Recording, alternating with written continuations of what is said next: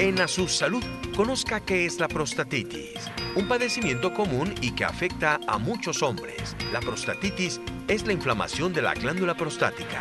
Cuando está inflamada, esta se pone de color rojo, caliente y duele, ocasionando síntomas como dolor al orinar, fiebre, orinar más frecuentemente, dolor en la parte baja de la espalda o dolor en la ingle. En el estudio de los especialistas, el doctor Mauricio Gallo, urólogo-oncólogo.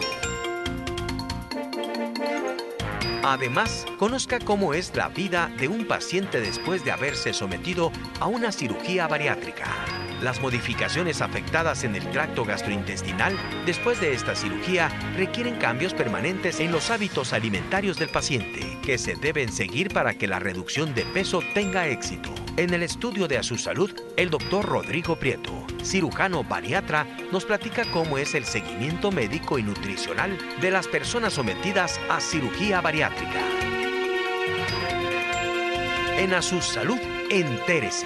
En México, al menos 5% de la población general manifiesta síntomas relacionados con las hemorroides. Anatómicamente, las hemorroides son plexos o almohadillas de tejidos mucosos donde están contenidas las fénulas y las arteriolas del conducto anal. Cuando éstas se agrandan, son inflamaciones parecidas a nudos en la mucosa anal que conllevan molestias como picor, dolor o sangrado en la región anal. En el estudio, el doctor Eduardo Navarro Lara, proctólogo del Hospital Country 2000. ¿Sabía usted que la compresión de la columna vertebral o inflamación de los discos puede conducir a nervios comprimidos o hernias discales, ocasionando dolor al caminar? Si no es tratada, la compresión espinal puede llevar a la degeneración discal y daño del nervio. Existe una técnica no invasiva conocida como descompresión espinal. Hoy, el doctor Kerry Ace Rottenberg, médico quiropráctico de Spine Center, nos platica cómo se realiza la terapia y los beneficios que tiene para ayudar a eliminar el dolor. Bienvenido a Su Salud, el programa de los especialistas.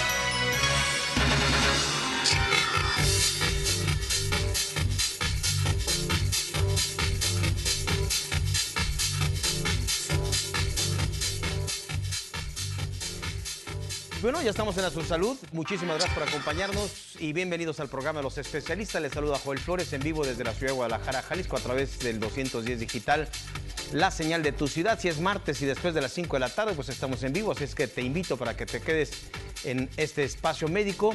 Cualquier otro día, por supuesto que es una retransmisión. Bienvenidos pues al programa de los especialistas. Orinar repetidamente puede ser la alerta para revisar su próstata. La medicina preventiva permite un diagnóstico y tratamiento adecuado. Doctor Mauricio Gallo, urólogo-oncólogo. Bueno, vamos a platicar de lo que es la prostatitis. Está con nosotros el doctor Mauricio Gallo. Él es cirujano urólogo-oncólogo, pues para platicar seguramente del padecimiento más frecuente en los cambios prostáticos en el joven, seguramente. Doctor, ¿cómo está? Bienvenido al programa. Gracias por acompañarnos. Muchas gracias. Es un honor estar de nueva cuenta con ustedes. Gracias, doctor. La prostatitis es otro de los padecimientos o del por qué se enferma la próstata. Bueno, prostatitis, ¿qué es? Y en qué específicamente, en qué personas o en qué edades es donde va a impactar más. Así es, específicamente la prostatitis es una inflamación de la próstata. Es una enfermedad, a diferencia de las otras enfermedades que habíamos platicado, la hiperplasia prostática y el cáncer prostático, es una enfermedad más frecuentemente encontrada en gente joven. A partir de los 20 años podemos encontrar alteraciones prostáticas. Hasta los 50 años podemos hablar de un diagnóstico probable de prostatitis. Y sí hay que hacer hincapié específicamente que, a diferencia de la hiperplasia y del cáncer prostático, la prostatitis no trae consecuencias tan graves como estas otras enfermedades, pero sí impacta mucho en la calidad de vida del paciente. Sobre todo los síntomas se vuelven muy severos y normalmente afectan a la calidad de vida del paciente. Entonces, ¿cuál es la característica de la prostatitis? ¿Cuáles son los síntomas que se pueden incluso confundir con HBP o cáncer? Así es, normalmente dividimos la enfermedad en dos grandes grupos, la prostatitis aguda y la prostatitis de origen crónico. Normalmente la prostatitis aguda, sus síntomas son muy insidiosos, se presentan de un día para otro, son demasiado marcados y son normalmente una afectación franca al estado general del cuerpo. Normalmente el paciente se siente débil, cansado, normalmente se presentan con fiebre y tienen un ataque al estado general del paciente. Normalmente las manifestaciones urinarias como ardor, disminución de la salida de la orina, dificultad para orinar y todo este tipo de síntomas no se presentan tan frecuentemente como el resto de los síntomas, pero sí se pueden llegar a presentar. El cuadro puede ser tan grave como llegar a un cuadro de retención aguda de orina, en el cual es necesario a un paciente colocarle una sonda uretral para drenar la orina mientras pasa este proceso inflamatorio. Y después viene la enfermedad crónica, que se presenta, los síntomas normalmente son van presentándose gradualmente y normalmente no son tan marcados, no son tan agudos. Normalmente se presenta un leve dolor, que puede ser dolor en la parte baja del abdomen, que nosotros le decimos dolor suprapúbico, y característicamente puede haber dolor en la región perianal, que es entre los testículos y el ano. Esa región normalmente puede provocar ciertos síntomas o un disconfort. También puede haber dolor en las piernas, puede haber dolor en el trasero o hasta en la espalda, que normalmente es difícil de relacionar directamente con un problema de la próstata. Y es por eso que en ocasiones se prolonga el diagnóstico de esta enfermedad, porque muchos médicos piensan que puede ser un dolor de tipo muscular o otras características, siendo que probablemente pueda ser una prostatitis. Y esto definitivamente retrasa el diagnóstico y retrasa el tratamiento, por lo tanto se vuelve una enfermedad que impacta mucho en la calidad de vida del paciente. Entonces, se manifiesta más en el joven. ¿Cuál va a ser el diagnóstico, doctor? Normalmente es clínico. Definitivamente es muy importante una revisión general, la exploración física realizada por un médico urólogo. Un ultrasonido también nos podrá ayudar bastante. En ocasiones es conveniente hacer el antígeno prostático también, pero el diagnóstico definitivo normalmente se va a llevar a cabo con los datos clínicos. Exacto. Muy bien, doctor. Entonces se da en el joven, y por joven estamos hablando después ¿de qué edades o entre qué edades? A partir de los 20 años se puede presentar la enfermedad y eso es más impactante porque también realmente puede modificar algunas características en cuanto a la función sexual del paciente. Normalmente puede presentarse una incomodidad al tener relaciones sexuales, puede haber dolor al eyacular, puede haber sangrado en el semen, que es un dato de alarma muy importante y con el que los pacientes llegan muy angustiados definitivamente. Y pues lógicamente en gente joven presentar esto pues se vuelve muy, muy angustiante. Entonces, la inflamación de la próstata en el joven, llamada prostatitis, así es. ¿Es multifactorial? Entre esos factores de riesgo puede ser el exceso, por ejemplo, doctor. Sí, claro, hay muchos factores. Se conoce uno de ellos que no estamos hablando de que sea una enfermedad psicosomática, pero tiene un disparador, tiene un factor importante y es más frecuente la enfermedad en cierto tipo de personas que tienen una personalidad que le llamamos personalidad tipo A. Es aquella persona muy aprensiva, muy nerviosa, que es muy exitosa a lo mejor en su trabajo, pero que normalmente no sabe cómo manejar el estrés o que tiene que buscar alguna alternativa diferente para tratar de manejar esto. Y esto es más frecuente como un disparador. Entonces, personas aprensivas, personas perfeccionistas, personas con altos niveles del estrés o que no saben manejar su estrés, pues va a exacerbarse más seguramente el padecimiento de la prostatitis. Exactamente. ¿Cuál es el tratamiento entonces? Si es el dato si los datos de investigación o de diagnóstico son clínicos, ¿cuál viene siendo el tratamiento? Sí, normalmente a diferencia de las otras enfermedades de la próstata, la mayoría, cerca del 95% de los pacientes con prostatitis serán tratados con medicamentos. Muchos de estos medicamentos que hay que individualizar el caso, lógicamente, pero normalmente tendrá un beneficio y habrá una curación importantemente en la mayoría de los pacientes.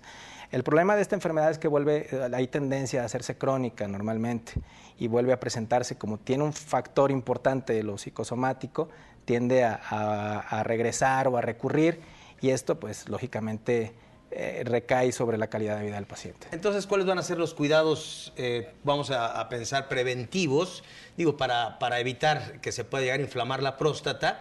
¿Cuáles serían entonces esas medidas preventivas? Es muy difícil hablar de medidas preventivas, definitivamente, pero sí hay que tratar de pues saber canalizar el estrés, uno de los puntos importantes.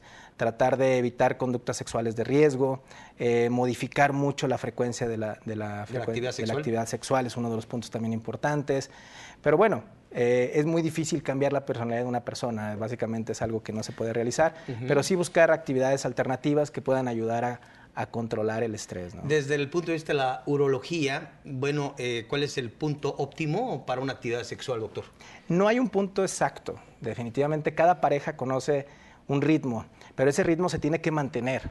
O sea, de repente el cambiar ese ritmo en aumentando o disminuyendo la frecuencia es lo que realmente puede llevar a condicionar una inflamación de la próstata. Pero no hay, cada pareja tiene un ritmo específico. Distinto. Sí. Tiene que ver entonces el ritmo, la frecuencia, la calidad de la actividad, en fin, todo esto tiene que ver pues para conservar nuestra próstata. ¿Habrá algunos otros riesgos o algunos otros factores? Bueno, adicionales, desde luego, lo que es la actividad sí, sexual. Lógicamente algunas conductas de riesgo, sobre todo relaciones que no son las comunes específicamente, por el riesgo de contagiarse de ciertas bacterias y que estas bacterias puedan pasar a la vía urinaria y de la vía urinaria hacia el sistema prostático y esto condicionar una inflamación aguda, ¿no? Muy bien, doctor, pues la prostatitis es un padecimiento pues muy frecuente, ¿no? ¿Qué será la consulta médica más frecuente en urología del joven? Exactamente, en ese grupo de edad sí, pero normalmente son pacientes que ya han acudido a varios médicos y no tienen un diagnóstico definitivo, que eso es lo más angustiante, ¿no?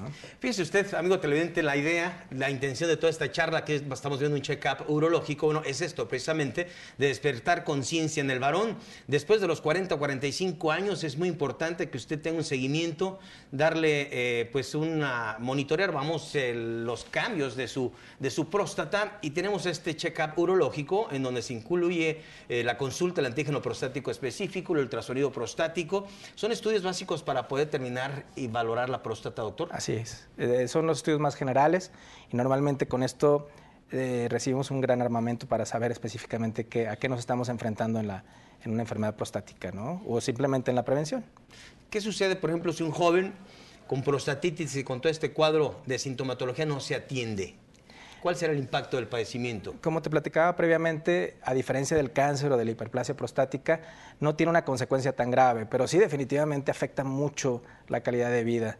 Esto es una enfermedad que condiciona mucho estrés, que es muy, muy angustiante y definitivamente pues, el paciente no se siente al 100% y esto afectará su calidad de vida y sus actividades físicas. Pues yo le voy a invitar para que haga salud preventiva en todo lo que es nuestro sistema urológico, doctor, pues para desde luego atender oportunamente cualquier alteración de su próstata. Este check-up urológico en donde se incluye la consulta, el antígeno prostático específico, el ultrasonido prostático también, bueno, pues tiene este costo simbólico de 899 pesos para que usted pues obviamente lo aproveche y valore la salud prostática. 3823-1001 y 3823-1002.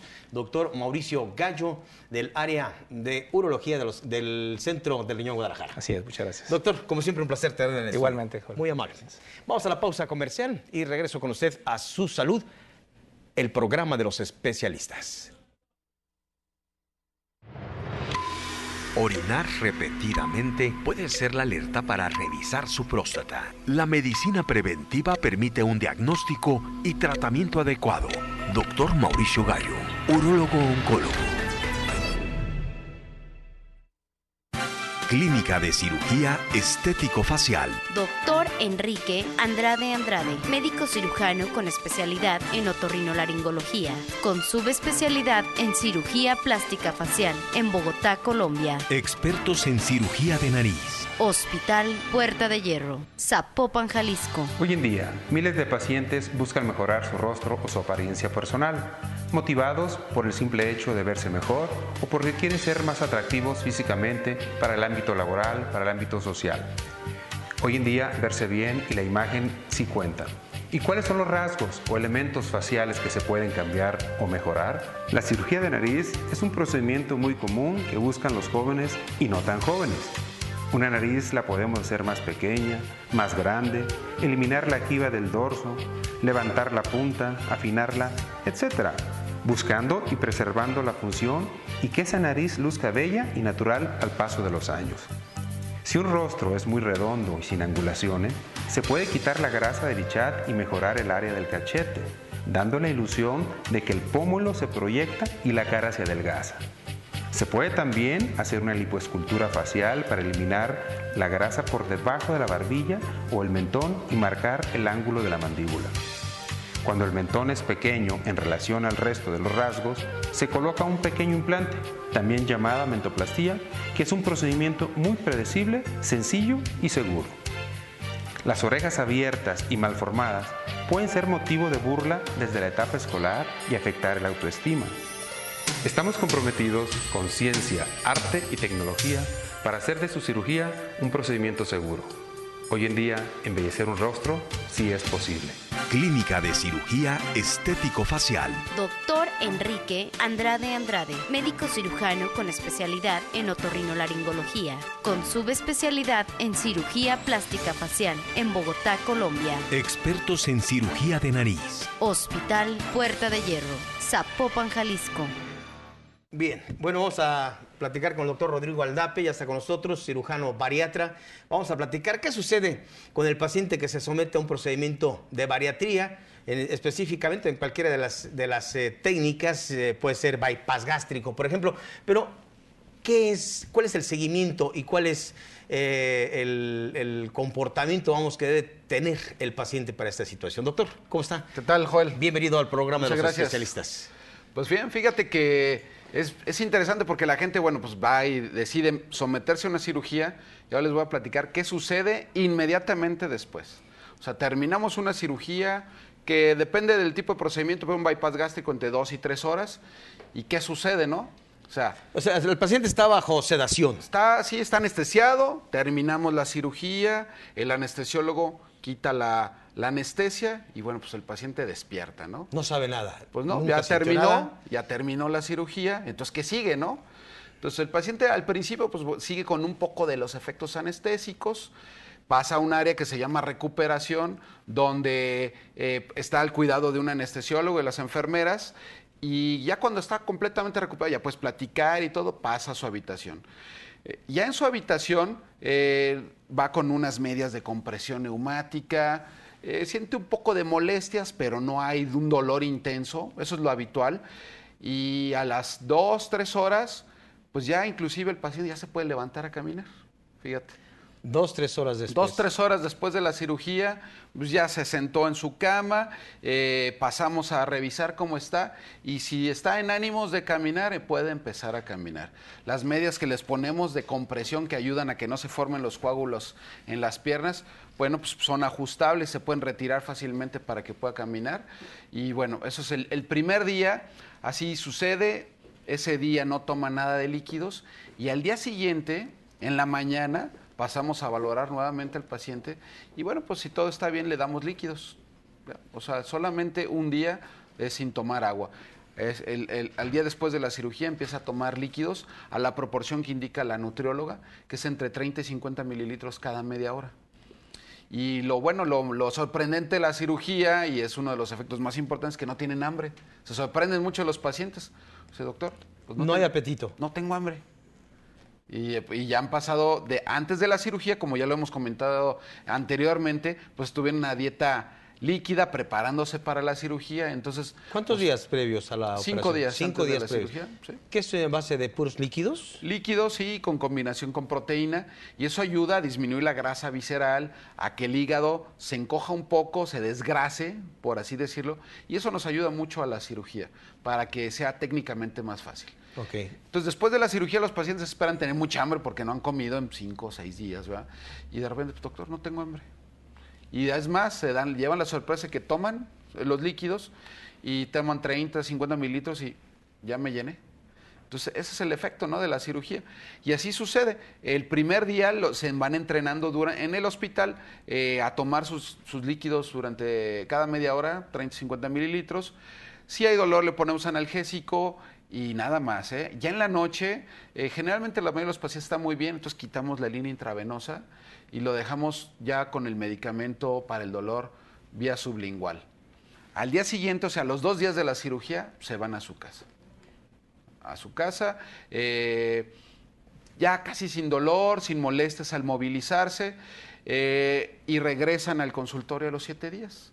Y a los 7 días, pues, no es como todo el mundo se espera, ¿no? Llegar con dolor y no poder subir las escaleras, ¿no? Pues los pacientes suben y bajan escaleras, la mayoría de los pacientes que operamos llegan manejando ellos mismos, pues ya sin mayor molestia, ¿no? Y ya están en un 80, un 90% de su actividad física. ¿Estamos hablando de la técnica del bypass gástrico o en cualquiera de los procedimientos? En cualquiera de los doctor? procedimientos. ¿Hay una cicatrización interna en el caso, por ejemplo, del bypass gástrico? ¿De cuántos días requiere para que...? Así es, podemos considerar que entre el 5º y el 7º día está completa la cicatrización del tubo digestivo, ¿no? O sea, las primeras 24 horas queda hermético, los primeros 3 días el soporte lo dan las grapas que vieron en el video y las suturas que utilizamos, y al 5º, el 7º día ya está cicatrizado totalmente las conexiones y los cortes que hicimos en el tubo digestivo. ¿Y en el caso de las grapas son biodegradables? ¿Qué pasa con No, las las grapas? grapas son de acero quirúrgico, grado médico, son permanentes. No, hombre, uno se imagina las grapas como las de engrapar las sí, hojas. sí. No, son grapitas muy chiquititas que el cuerpo acepta perfectamente. Eso no es ningún detalle, no es pocos gramos de metal en Pero ya son cuerpo. permanentes. Sí, son permanentes. Se integran al cuerpo. Como Bien. cuando alguien le pone una prótesis, bueno, pues sería como haberle puesto 100 grapas. No, nosotros somos 6. Perfecto, 6 entonces cartuchitos de grapa. ese es el procedimiento. Y después de esos Ok, 4 o 5 días... Muy bien, porque es bien interesante. Los pacientes pues empiezan a perder peso, llegan a la semana y dicen, doctor, bajé 5 kilos. En una semana, o sea, lo que nunca habían perdido, ¿no? En su vida. Y al mes generalmente andan perdiendo 10, 12 kilos. Es interesante porque se van corrigiendo las enfermedades como la diabetes, la hipertensión. Entonces vamos regulando el que pues ya no se tomen los medicamentos para la diabetes o para la hipertensión porque ya no son necesarios en la gran mayoría de los pacientes. Y esto me imagino se da en los primeros meses, ¿no? Vamos a seguir platicando de la valoración del seguimiento, vamos, del paciente. Me gustaría que viéramos un testimonio. ¿Qué refieren los pacientes después de la operación? Aquí tenemos el caso de Fidel, un caso en el que se perdió 40 kilos. Así es, así es. ¿En cuántos meses, doctor? 40 kilos alrededor de 6 meses. En 6 meses. Veamos el caso de Fidel, muy interesante.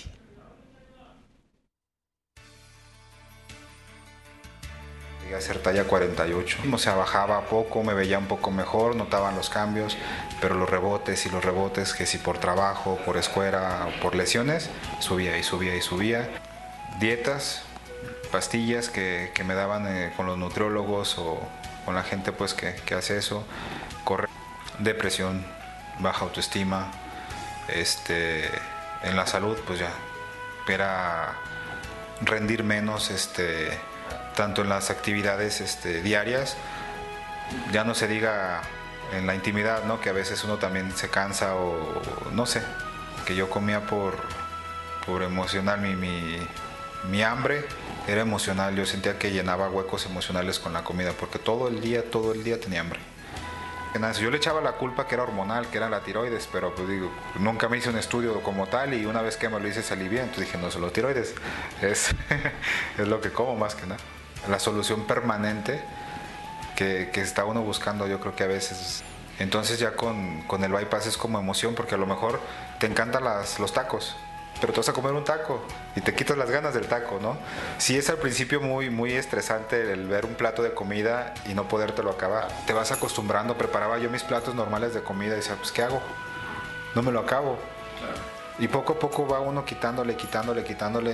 A mí me recomendó la psicóloga que me deshiciera de todos los toppers grandes que tenía. No es difícil. La primera semana yo creo que es la complicada en lo que te vas acostumbrando. Y con 40 kilos menos, ¿cómo es la vida de Fidel ahorita? Es más ágil, me siento mucho más rápido. Yo creo que te da mucho más energía. La autoestima uno la tiene por los cielos, aparte la misma gente se lo hace ver a uno, no tanto que uno se la crea, sino que la gente te dice, te ves mejor, te miras mejor, te siento mejor, en cuestión de la energía pues que uno puede generar, no sé, dentro de él me veo y me siento muy, muy bien. Es el caso de Fidel Durán, que 40 kilos es significativo el peso, vamos, Así es. Lo vemos bastante bien. Quiero preguntarte, tú mencionas que en el apetito, vamos, el paciente pierde el apetito de manera muy normal, muy natural, no se enfrenta a un conflicto, vamos. Sin embargo, Fidel menciona que sí hay un poco de trabajo en esa adaptación. Sí. ¿En todos los pacientes ocurre esto o en algunos pasará desapercibido, vamos? No, fíjate, es interesante porque el hambre es una cosa, el tener hambre es una sensación fisiológica, ¿no? Y la otra es el antojo. Entonces, por eso siempre manejamos a los pacientes con equipo multidisciplinario. O sea, puedes acabar de comer, y a todo el mundo nos ha pasado, y luego pasa a la charola de postres y se te antoja el pastel que tanto te gusta, pues es antojo, tú ya acabaste de comer. Entonces, los pacientes entienden a manejar, aprenden y entienden a manejar esto, ¿no? De, pues tengo ganas de una pizza, pero pues apenas llega la pizza y le pueden dar 2, 3 mordidas, ya se llenaron. O sea, quedan satisfechos, sacian lo que es el hambre. El hambre, exacto. Y, bueno, de esa manera empiezan a ver ellos el beneficio. Así es. ¿Esto es inmediato? Vamos, quieras o no, la disminución del peso se va a ver marcada siempre. Por supuesto. Claro, la pérdida de peso va siendo muy aguda al principio y luego se va estabilizando. Cabe mencionar, como lo hemos comentado, la pérdida del exceso de peso se llega al 80, 90%. Y bueno, el paciente que da el extra pierde el 100% del exceso de peso. O sea, esto no es magia. Esto es un trabajo. El paciente va adaptándose. Y se requiere de disciplina también, ¿no? O sea, seguro. Seguir, por supuesto, la guía del nutriólogo y de todo el equipo multidisciplinario. El psicólogo, la parte emocional tiene que ver muchísimo. ¿Es donde más se trabaja, doctor? Sí, fíjate que, bueno, el acompañamiento, más que nada, no es tan emocionalmente tan complejo, Eso hay que dejarlo claro. O sea, no es así como un trauma, etcétera. Realmente los pacientes, como es gradual, o sea, no de un día para otro cambiaron su aspecto, sus hábitos, etcétera. Es un aprendizaje y les va ayudando, y nosotros promovemos a que tengan un ciclo positivo, un feedback positivo, ¿no? O sea, me siento mejor, me veo mejor, la ropa me queda mejor, ya puedo comprar la ropa que me gusta. Eso es algo que todas las mujeres que operamos, es algo que no falta que digan, doctor, por fin me puedo comprar la ropa que siempre quise, ¿no? Tengo el ejemplo de una paciente que me dijo, llegué a una tienda exclusiva de ropa y me acerqué a preguntar y nada más me volteó la que atendí y me dice, uy, para ti no hay esa talla. Dice, me lastimó muchísimo. Y lo primero que hice después de perder los kilos fue ir a esa tienda y comprarme esos pantalones. O sea que se rodea de una serie de satisfactores, ¿verdad? Claro. Y el paciente pues empieza a resolver emocionalmente. Cada día es de forma continua, vamos, los beneficios. Así es. Así es, los cambios de vida son importantes en todo sentido. La gente ya que no podía viajar, viaja, tiene más actividades con sus hijos, hasta la sexualidad cambia, ¿no? Eso es algo importante reportado en el mundo. O sea, la gente se siente más plena. En todos los aspectos, peso y beneficio. Vamos a invitarles para todo aquel que tiene el problema del sobrepeso, porque esto va sobre el índice de masa corporal de 30 o 40. Es cuando se arriba aplica, 35. De 35. De índice de masa corporal. De masa corporal. Bueno, para quienes han intentado bajar de peso y que ha sido muy complicado y que han intentado, como el caso de Fidel, probar de todo lo habido y por haber, sin resultados, bueno, esto es un método, un tratamiento científico para el control de peso, de las formas o fórmulas o protocolos para control del peso más efectivos, ¿no? Así es. No hay nada en el mundo que sea más efectivo que la cirugía de obesidad para el control de la obesidad. Eso está probado. Y con beneficios secundarios en lo que es la hipertensión y diabetes. Apnea del sueño, gente que tiene problemas de la columna, problemas osteoarticulares, eso es bien importante. Doctor Rodrigo Prieto Aldape, como siempre, un placer tener en el estudio de su salud. Aquí vemos su número telefónico, el 3823-1001, 3823-1002, del área de metabólica del Centro León Guadalajara, pues para darle la orientación y desde luego, pues seguramente la técnica mejor indicada para cada paciente, ¿no? Así es. Vamos a estar con gusto esperándolos y poder orientarlos en todas sus necesidades. Bueno, pues ahí está, 3823-1001 y 1002, doctor. Muchas gracias. Muy amable, doctor Rodrigo Prieto Aldape, cirujano bariatra del Centro de Guadalajara. Muy amable. Gracias.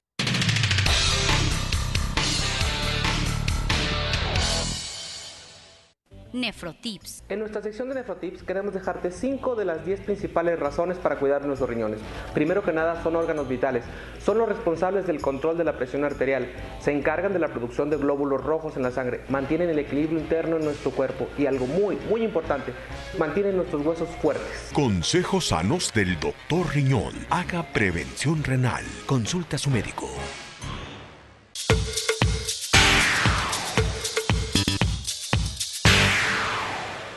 Tenemos al doctor Kerry Rottenberg. Él nos va a platicar de cuando se inflaman pues, los discos intervertebrales, los tratamientos de actualidad que existen para este padecimiento de la subluxación en columna, como es la descompresión espinal. Doctor Kerry H. Rottenberg, desde Acapulco. ¿Cómo estás, médico?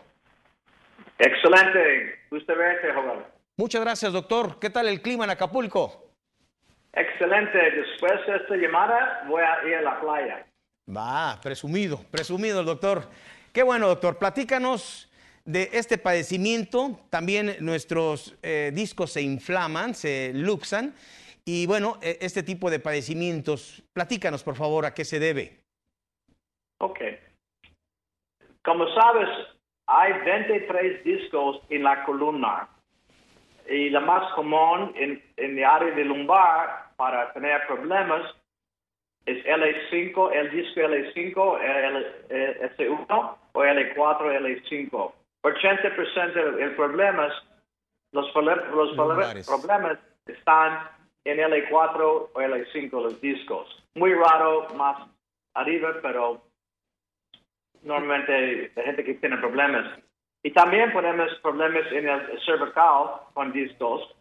Y los síntomas asociados con esto son entumecimiento, calambres, hormigueos en las manos, en las piernas. Sí, doctor. Hay varios tipos de problemas con los discos. Un disco puede ser prolapso o con una protrusión, como un abriamiento. Podemos tener un problema con cambios degenerativos o podemos tener un disco raro. Y los médicos, como yo, necesitan decidir qué grave están los discos. En nuestro caso, en nuestro consultorio aquí en Acapulco, en Guadalajara, tenemos un equipo más avanzado, sin cirugía, para arreglar problemas con los discos. Se llama descompresión espinal. Es la cama de descompresión espinal. Bueno, ¿esto es tecnología de actualidad, doctor? ¿Mande? ¿Es tecnología de actualidad? ¿Es lo último? ¿Es el tratamiento indicado, vamos, para tratar el dolor por subluxación? Bueno, es cama que importa hace muchos años aquí en México. Estuve aquí en México casi 9 años. Los camas que tenemos pueden ser muy eficaz para evitar cirugía en la gente que tiene problemas con los discos. Se puede evitar la cirugía. Quisiera ver si me pueden pasar las imágenes de la cama de descompresión para que la conozcamos, para que el doctor nos comente sobre esta tecnología. Esta es la cama. Hay un video por ahí que enseguida vamos a ver, en donde se ve cómo trabaja mecánicamente, vamos, a través de gatos hidráulicos y lo que viene siendo computarizado, vamos. Y se ve el trabajo de lo que es la cama de descompresión. Enseguida lo vamos a ver. Pero platícanos más de este método, doctor. La cama es inofensivo, indoloro. La mayoría de mis pacientes pueden dormir durante de 15 a 20 minutos que está. En la pantalla es una paciente, es muy contento, muy cómodo, tiene problemas con su espalda baja muy grave. Pero como puede ser, es muy cómodo que ella está como en su cama. Y el tratamiento es indoloro, pero muy eficaz. Y no solo para aliviar los síntomas que ella tiene, pero para corregir el problema en el disco, con el disco herniado, el disco prolapso. ¿Cuánto dura? Sí, perdón, doctor. Sí, adelante. Ok. Estoy en la máquina, es un cerebro, estoy enfrente, y yo puedo programar exactamente los kilos necesita para jalar la columna y el tiempo y los ángulos es muy específico, es computarizado y por esta razón es muy eficaz, no como solo tracción. Nos dice el doctor, entonces, nos dices entonces que es efectivo, es un método que no tiene riesgos, es un método, el paciente refiere pues que es relajante, el paciente disfruta de la terapia. ¿Cuánto dura la terapia en la cama de descompresión, doctor? 15, 20 minutos, 2, 3 veces por semana, tal vez un mes, algunas veces 2 meses, dependiendo. Hoy tuvimos un paciente muy grave, ella necesita verme 20 algo veces. Pero imagínense, podemos evitar cirugía por este paciente, ella va a ser muy feliz y ella quiere evitar cirugía. Yo tengo pacientes en toda la República que quieren ayuda sin medicamentos y sin necesidad de cirugía. Entonces, el tratamiento es descompresionar lo que son los discos intervertebrales a través de este método de la cama de descompresión. Únicamente terapia. Esto es el tratamiento, doctor. Sí, es no solo paliativo esta terapia. Esta terapia es correctivo y paliativo. Eso es diferente. O sea, corrige, alivia y corrige el problema.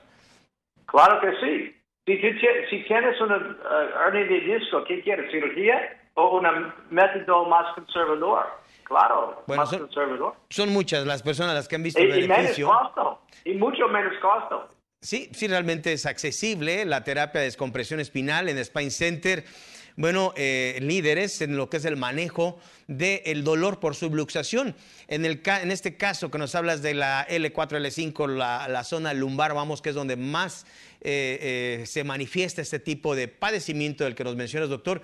Bueno, el tratamiento es la cama de descompresión espinal. Yo lo voy a invitar para que nos llame a este número que ve en pantalla, 3615-6676, en la ciudad de Guadalajara, Jalisco. Pues pregunte por el tratamiento, pregunte por el doctor Kerry Rottenberg. Él está en Acapulco. ¿Y estás próxima semana o en 15 días, doctor? En 2 días de hoy, jueves, estaré en Guadalajara y voy a hacer pacientes 15, jueves, viernes, hasta la siguiente jueves. Okay. Estoy saturado. Tenemos una lista de espera. La gente que quiera ayuda, llámanos ahora, porque yo puedo trabajar todo el día, en la noche, para ver a los pacientes que necesitan ayuda. Muy bien, doctor. Pues ahí está la invitación para el público. Doctor Kerry Ace Rottenberg, médico quiropráctico, director médico de Spine Center Acapulco, México, Distrito Federal en Polanco y por supuesto en la ciudad de Guadalajara, Jalisco. Y ahí lo vemos muy contento ahorita porque él se va a ir al mar. A ver, hazme un paneo con la cámara para ver la bahía. ¿Me puedes mostrar la bahía? La cama está atrás de esta puerta. Atrás de esta puerta es el secreto de estado de cama de descompresión. Ven a Acapulco para conocer, o es más fácil la gente que quiere Guadalajara, Jalisco. Ok, doctor, pues yo quería ver tu vista ahí en la bahía, pero no hay vista ahora. Déjeme ver, si poquito... Entonces es lo que te estoy diciendo, que me pongas la vista de Acapulco. Ahí está la bahía, ahí está. Estoy en mi consultoria.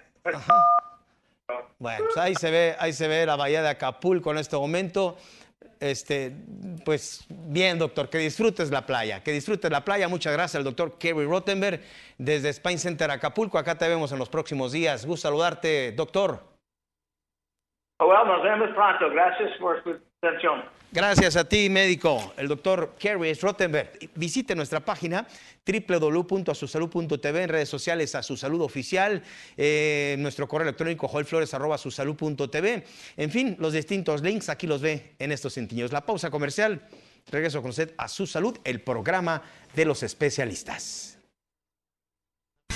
Hospital Country 2000, un hospital de actualidad, respaldado con tecnología de última generación, además de un equipo médico de especialistas en constante capacitación.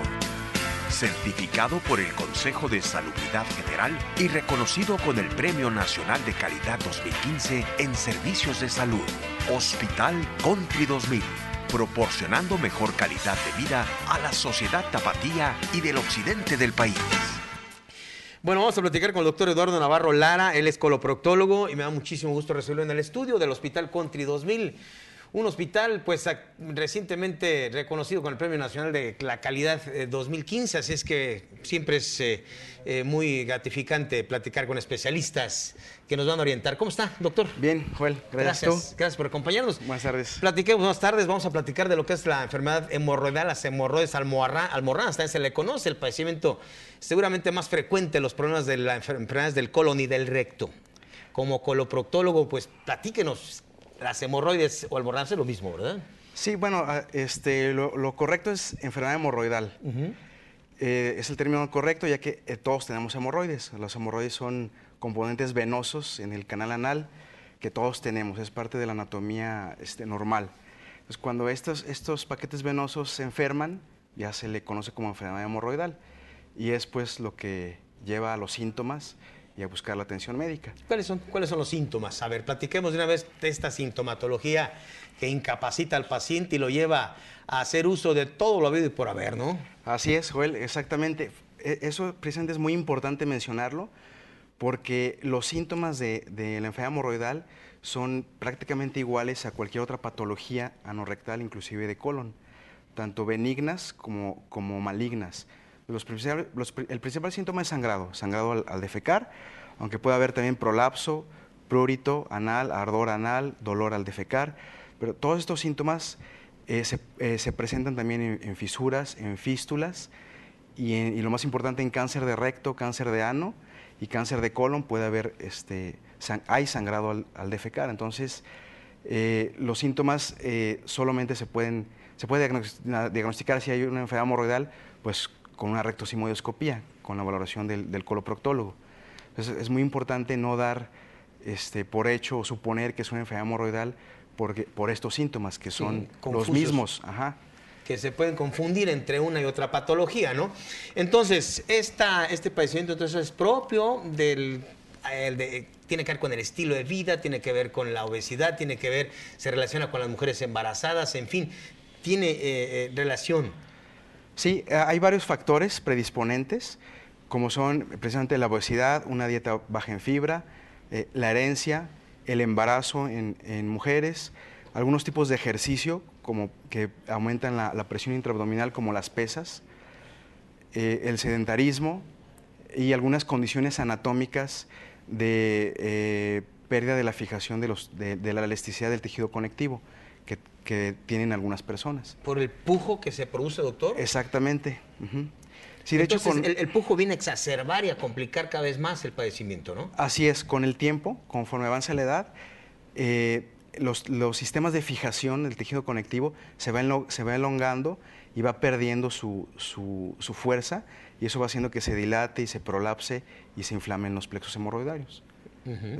Bien, doctor, entonces, por la confuso, vamos, de la sintomatología, es importante diagnosticar específicamente. ¿Cuáles son los diagnósticos? Así es. ¿La sigmoendoscopía? La rectosigmoidoscopía. Rectosigmoidoscopía. Sí, es con lo que diagnosticamos la enfermedad hemorroidal o cualquier otra patología anorrectal. Y es pues imprescindible, ¿no?, para saber si es una enfermedad hemorroidal o cualquier otra patología anorrectal, porque los síntomas pues son prácticamente los mismos. Obviamente, cuando hay sospecha, habrá otros estudios más específicos, ¿no? Sí, ese es el más común, es nuestra herramienta de rutina. Ajá. Y también pues puede haber, hay colonoscopías y hay otras patologías como fístulas, abscesos, hay ecosonograma, endoanal, etcétera, que también pues las solicitamos en esos casos, ¿no? Muy bien, doctor. Entonces, el problema hemorroidal, ¿cómo se trata? Pues eso precisamente ha sido como un tabú sobre cuando un paciente requiere cirugía. Está el tabú de que duele mucho la cirugía, es una recuperación muy lenta y es lo que pues venía a platicar. ¿Cómo no? De los tratamientos de actualidad que en el Hospital Country 2000 están manejando. Próximamente. Próximamente se tendrán estos equipos en el Country 2000, que es el láser y el THD. Y el THD, que es una innovación y de actualidad, sí, ¿no? Ya que tendrá este tipo de procedimientos. Así, ambos son cirugía de mínima invasión para enfermedad hemorroidal. El láser, la forma en que trabaja es que, bueno, estamos viendo el THD, ¿no? El THD, sí, es El THD es por medio de ecodoppler. Por medio de ecodoppler localiza cada una de las arterias hemorroidales por medio del sensor y las liga. Entonces, orbitera la arteria hemorroidal y eso pues detiene el flujo sanguíneo que congestiona las hemorroides. Y después, mediante una sutura, hace una apexia, con lo que corrige el prolapso. Entonces la hemorroide pues se fibrosa, ya no está dilatada, corrige el prolapso, ya no hay irrigación. Entonces se fibrosa y desaparece. Pues con esto se corrige la enfermedad hemorroidal. Claro que no es para todos los grados, solo se recomienda para grado 2 o 3. Ya grados 4 o trombosis ya está contraindicado. Por eso también es importante la valoración. Pero la mayoría son grado 2 o 3. Entonces esta técnica de mínima invasión aprovecha la anatomía. Por arriba de la línea no dentada realiza esta cirugía y por arriba de esa línea la inervación es visceral, es decir, no hay fibras sensitivas al dolor como la piel. Entonces, por lo tanto, no hay dolor y es una recuperación muy rápida. Es una maravilla de procedimientos esto que estamos viendo. Sí, ya no hay heridas. No hay heridas, hay pues obviamente es menos invasivo el procedimiento, por lo que es indoloro y la recuperación es más rápida. Sí, no hay incisiones, no usamos bisturí, ya el bisturí ni siquiera lo solicitamos, es únicamente por medio de ecodoppler. Pero tiene su indicación entonces para un grado 2 o 3 máximo. Grado 2 o 3, ajá. Muy bien, doctor. Entonces, este es el tratamiento, el THD, y hay otro que es... El láser. El láser, la hemorroidoplastía láser, LPH, que es por medio de la tecnología de láser. Como sabemos, hay muchos tipos de láser que tienen aplicación médica. El que se usa en coloproctología es el de diodo, láser de diodo. Por ejemplo, en ginecología se usa el CO2, en urología se usa otro tipo de láser. Este láser en coloproctología tiene mucha afinidad, una alta afinidad por la hemoglobina y el agua, que es de lo que están formadas las hemorroides, los plexos hemorroideos venosos, la sangre. Entonces, se introduce una sonda en el plexo hemorroidal por debajo de la piel, de la mucosa, y realiza una coagulación láser endoluminal selectiva, sin dañar el tejido alrededor. A diferencia de otras fuentes de energía o cauterios convencionales que queman todo lo que tocan. Bien. Entonces, esto es una coagulación selectiva, con lo que destruye el tejido hemorroidal, reconstruye la anatomía y elimina el prolapso. Entonces, también no hay incisiones, es una cirugía de mínima invasión, no hay suturas, aquí ni siquiera hay suturas, y una recuperación muy rápida, sin dolor. ¿Y la recuperación del paciente con esos tipos de tratamiento, doctor? Sí, es pues excelente, ¿no? Sin dolor, y en 24 a 48 horas están los pacientes haciendo sus actividades normales. Entonces, sin dolor, la recuperación es de inmediato y el riesgo, desde luego, los riesgos son pues mínimos. Sí, ¿no? Los riesgos como incontinencia, estenosis son mínimos, ¿no? Comparada con la cirugía convencional. Con la cirugía convencional, que generalmente dejaba secuelas, sobre todo en la parte de la incontinencia urinaria. En este tipo de procedimientos se elimina o disminuye el riesgo. Incontinencia fecal, Y la incontinencia fecal, por supuesto. Bien, bueno, vamos a invitarles al público en general, pues para que hagan una valoración coloproctológica, doctor. Muchas veces por pudor, por pena, el paciente aprende a vivir con este tipo de padecimientos y bueno, lo hacen añejo y se complica, ¿no? Entonces, el tratamiento es, los procedimientos están al alcance, hay actualidad en todo este tipo de intervenciones para el problema hemorroidal y bueno, pues aquí la invitación para que conozcan de los tratamientos y desde luego se acerquen al doctor Eduardo Navarro Lara del Hospital Country 2000. Buscaba el teléfono, pero aquí lo vemos en pantalla, sí, 38 54 45 00. ¿Algo más que quiera agregar, doctor? Nada más, pues gusto saludarte, Joel. Sería pues que siempre busquen un coloproctólogo o proctólogo que tenga el entrenamiento y que esté certificado, porque hay pues algunos médicos que no realizan este tipo de procedimientos, ¿no? Claro, pero usted en su caso tiene la certificación. Así es. Y bueno, aquí vemos los teléfonos en el Hospital Country 2000, doctor Eduardo Navarro Lara. Próximamente tendremos esa tecnología ahí en el Country 2000. Muy bien, doctor, pues muchas gracias nuevamente. Gracias, muy amable. Igualmente. Si le gustó el contenido de este programa, bueno, pues de antemano gracias por recomendarnos. Escríbanos, joelflores@asusalud.tv.